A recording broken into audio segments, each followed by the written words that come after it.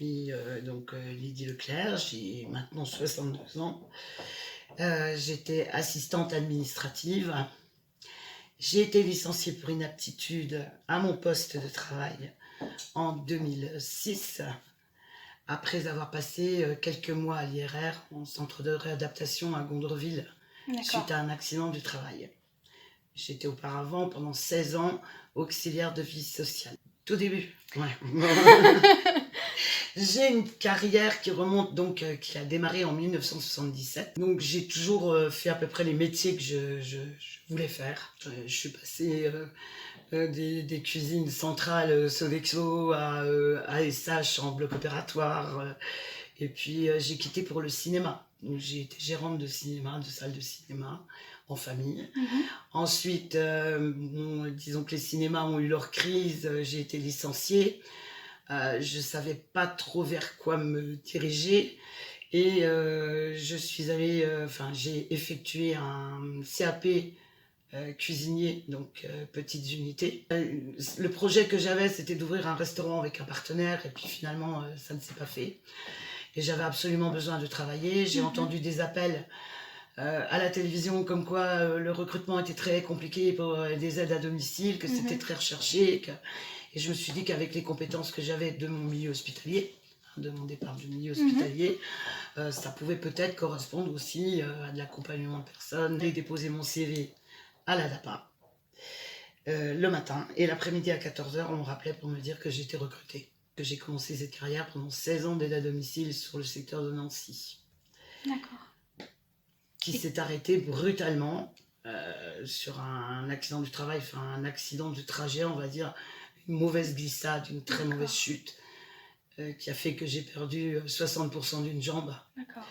Donc inactive au poste de travail, et je précise bien inaptitude au poste de travail, et non pas inapte à travailler, parce qu'on fait souvent un amalgame, voilà. Alors très mal, parce que voilà, j'acceptais très mal le fait qu'on me disait que j'étais plus apte à occuper mon poste, pour lequel j'avais quand même des années derrière moi de pratique. Et puis j'avais passé mon diplôme d'auxiliaire de vie sociale aussi. J'avais essayé d'aller au maximum. Et là, tout à coup, brutalement, on me dit que je ne suis plus apte à exercer ce métier. En ayant quitté l'école très tôt, je ne me voyais pas. Je ne pouvais pas me projeter sur une formation. Je me disais que c'était pas possible, que j'avais pas le niveau, que j'avais pas les compétences, j'avais aucun diplôme de base, j'avais rien. Donc c'était un mur. J'avais l'impression d'avoir un mur devant moi. Donc la rencontre avec les professionnels de l'IRR, c'est très bien parce que ça permet aussi de relativiser les choses, même si j'étais pas encore licenciée à ce moment-là. Ils m'ont préparé, ils m'ont aidé à me préparer à cette phase-là. Ils m'ont parlé aussi de mon handicap, que je ne reconnaissais toujours pas. D'ailleurs, j'ai longtemps utilisé le terme « j'ai un problème », j'ai une difficulté, j'ai un souci, et je n'arrivais pas à le nommer comme un handicap. À l'IRR, en plus, on se retrouve avec des gens qui ont vraiment des handicaps lourds, visuels, qu'on voit tout de suite. Alors que là, c'est un handicap invisible. Qu'est-ce qui est là? C'est pas écrit sur le front. Voilà, elle n'arrive plus à marcher, on fait plus. Voilà. Donc, il y avait quand même une préparation avec eux pour l'après. Ils savaient très bien que j'allais être licenciée. Donc, ils m'ont préparé quand même à ça. Mais le choc, il est énorme. Les 2 entretiens qu'on a au niveau de l'employeur, enfin avec l'employeur, c'est vraiment quelque chose qu'on ressent violemment. C'est un deuil à faire. Et un deuil qu'on n'envisage pas de faire comme ça, facilement. On n'arrive pas du jour au lendemain à se projeter sur autre chose. Et puis la peur du lendemain, qu'est-ce qu'on va devenir? Aller à Pôle emploi, mon Dieu. Aller à Pôle emploi.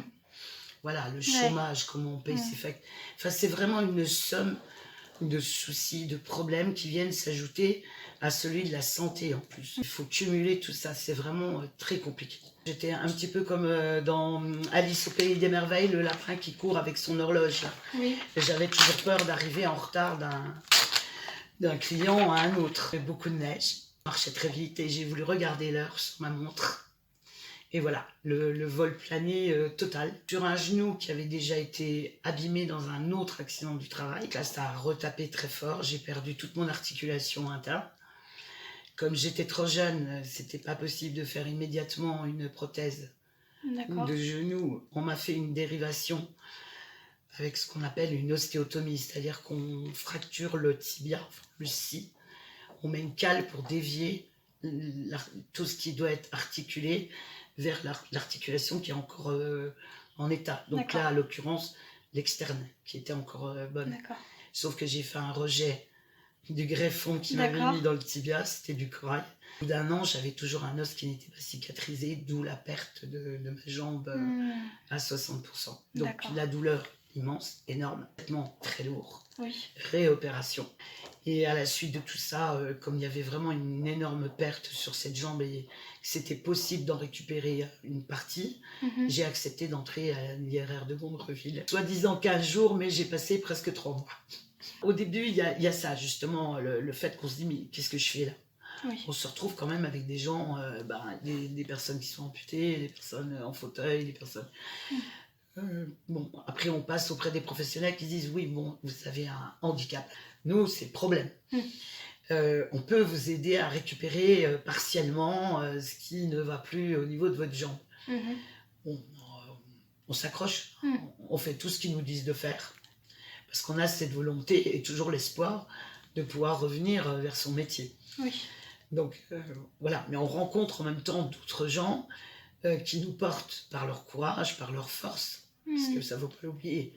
Donc on est porté par ces personnes-là aussi. On se soutient, on relativise aussi par rapport à ces difficultés, parce qu'on a tous ses propres difficultés, avec des degrés différents, mais on a tous des difficultés, il faut l'accepter aussi. On ne se camoufle pas par rapport aux autres, c'est ça qui est bien aussi. C'est qu'on parle de personne à personne qui, voilà, avons des problèmes, avons des soucis. On parle aussi de nos peurs pour le futur, voilà. Donc ça fait du bien, ça aide. Ça aide et tout. Donc on nous donne aussi la possibilité, c'est vrai, de réfléchir à un après. Donc avoir une porte de sortie ou d'ouverture vers autre chose. Voilà, on peut essayer de se projeter. On est aussi évalué sur le niveau scolaire, par exemple. Ça, c'est important. Parce que moi, quand j'ai entendu les premiers mots, il y aura certainement licenciement pour inaptitude. Mon affolement, c'était ça. Mais moi, j'ai quitté l'école à 16 ans. Enfin, j'en aurai 46 ou 47 si je suis licenciée. Qu'est-ce que je vais faire ? Qu'est-ce que je vais faire ? Tandis que là, il nous redonne un peu d'espoir. On s'aperçoit que finalement, le niveau en français n'est pas si mal. Mathématiques, on se débrouille bien. Enfin, voilà, il y a cette forme d'espoir-là. Par contre, on n'a encore rien de construit. On ressort, rien n'est construit.